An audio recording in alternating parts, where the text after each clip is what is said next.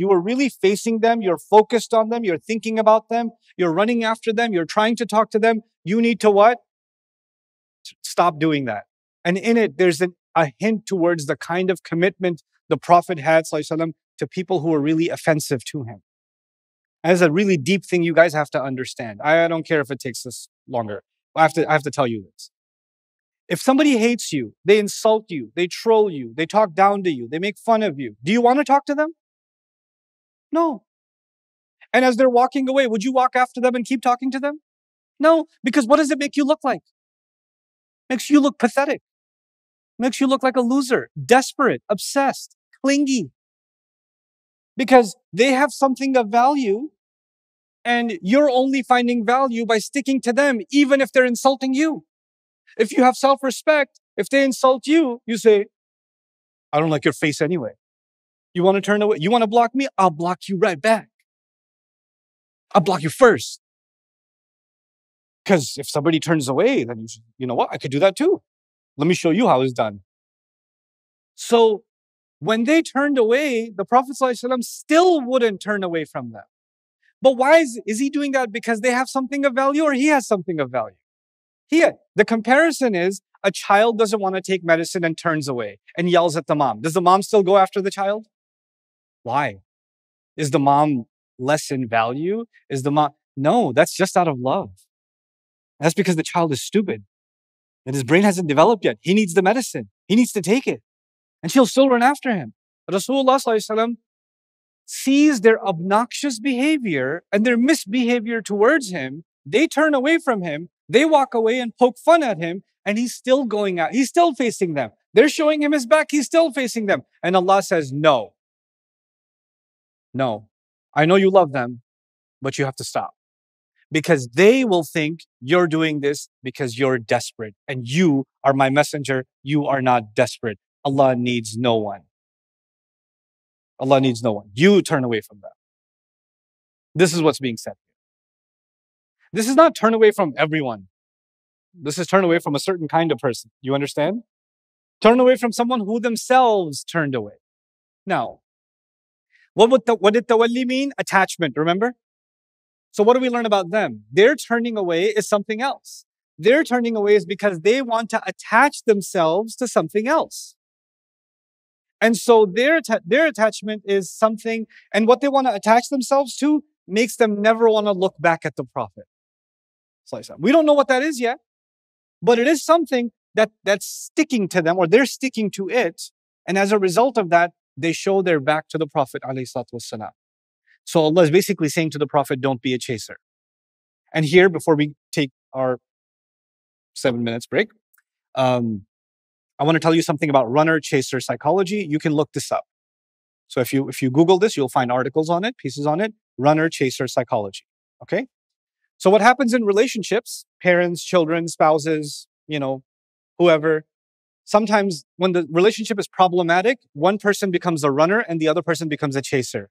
They keep texting, where are you? What you doing? Where are you going? How are you? Hey, remember me? I miss you. I miss you.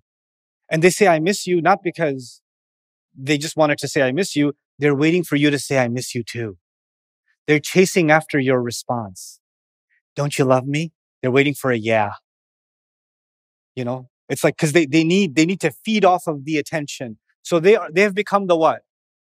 They become the chaser. And the person you're running after has become the what? My God, so annoying. Busy right now. Can't talk. They become the runner. And the more you chase, the more they what? Run. And then they say, can you stop being so clingy? Can you stop being so obsessed? Can you just give me some space? I need to breathe. You're too much of a chaser. I'm tired of running. God, leave me alone. Sometimes siblings do this. Your little sister, what you doing? What you doing? Can I come in your room? Can I come in your room? Can I talk to your friends? Oh, your friends are so cool. And the older sister's like, get away from me, Fatima. Mom! So annoying, always following me. What are you looking at me for? Some siblings are like that. Now, what happens is, these chasers, they go to the psychologist. They say, why does he keep running? Why does she keep running? And the psychologist tells them, because you're a chaser, that's why. Why don't you stop what? Why don't you stop chasing, see what happens? All of a sudden, you stop chasing. And for the first few days, your sister's like, finally, freedom. But a couple of days later, your sister comes to you and says, what are you doing? Because she misses being what? She misses being chased. Because when she was being chased, she was more valuable. And you were not. When you stopped chasing, she became less valuable. And now she misses it. It's like, hey, he's not. Why aren't you chasing? Hey, you know what I'm doing today? I'm busy right now. Really? You're busy? I thought I was your busyness. This psychology is something that makes the runner arrogant. The runner becomes arrogant. Allah does not want to feed the false pride of the runner. He says to the Prophet ﷺ, أَعْرِضْ عَمَّنْ تَوَلَّى عَنْ ذِكْرِنَا. You need to stop chasing. I know you're chasing them because you love humanity, you love your people, you want them to. And how much did Nuh alayhi salam chase his people? 950 years. 950 years. And by the way, he finally stopped chasing them and started building a ship, an ark. When he was building the ark, he wasn't chasing them anymore. And they missed him. So they came to make fun of him. They came after him. Hey, what you doing? Building an ark? Why you have time for him now, bro? Go do your farm. Be with your kids. You were so annoyed by him. You used to pull your clothes in when he walked by. And you used to just hope that he would disappear. You used to stick your fingers in your ear. Why are you coming and making fun of him when he's building the ark? Because you miss being what? Something's off. Something's off. So this is actually a very powerful lesson. And even when you mean well for someone and you're giving them good advice and they're not listening, many moms come and say, I'm trying to tell my son, but he's not listening. I keep telling him. Lady, a'ridi. Just ignore for a little bit. Let him come back.